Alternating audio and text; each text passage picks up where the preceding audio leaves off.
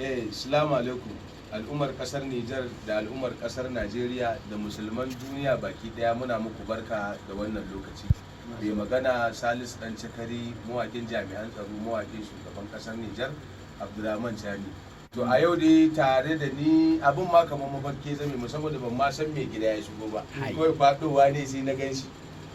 To mai gida yau Allah ya haɗa mu kuma a yanayin yadda kake gwagwarmaya kuma aka san ka dan gwagwarmaya wanda kuɗi bai tsone mai ido bai ce ya tsaya ya kare martabar 'yan arewaci da bangaren mutanen Nijar wanda kowa ya sani mai gida kana ba da gudunmawa a dangane da waƙoƙin da kake yi ba don kuɗi ba kuma Allah ya ci gaba da dafa Allah ya ci gaba da kare mahasada.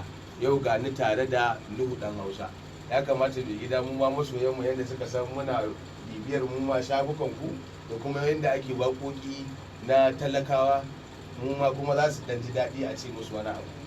Sun ne muku fata alkhairi, ina ga da masoya na Najeriya da Nijar gaba daya ne muku fata alkhairi kuma ina taya mutanen al'ummar Nijar yanda Allah ya ba ku jajirtaccen shugaban kasa.